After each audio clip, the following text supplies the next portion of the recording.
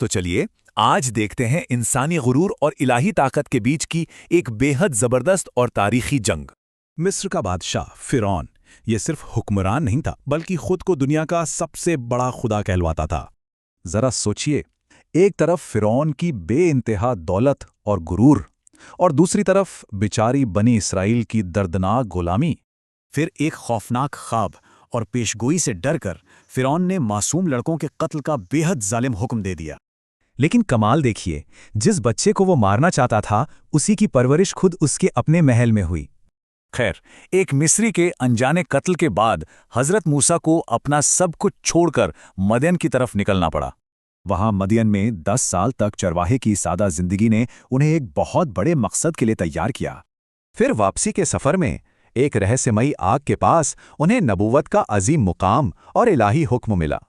हजरत मूसा और हारून ने दरबार में डंके की चोट पर कहा कि सच्चा रब सिर्फ जिंदगी मौत देने वाला है।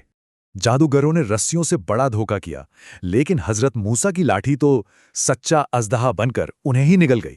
ये सच्चाई देखकर जादूगर फौरन सजदे में गिर पड़े, मगर फिरौन, उसका गुरूर अब अंधे गुस्से में बदल चुका था।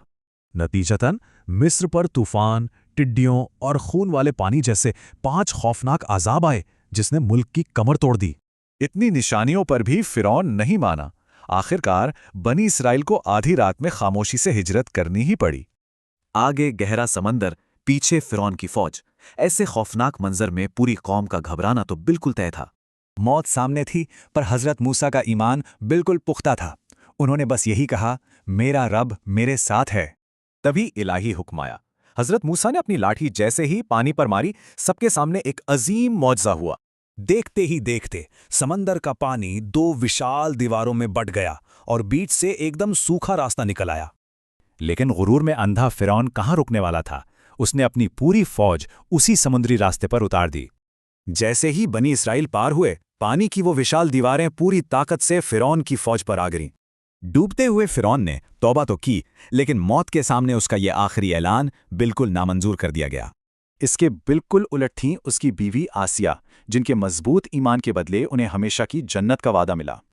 आज भी फिरौन का जिस्म एक इबरत है, यानी इंसानी गुरूर के अंजाम की एक बेहद खौफनाक और जिंदा निशानी।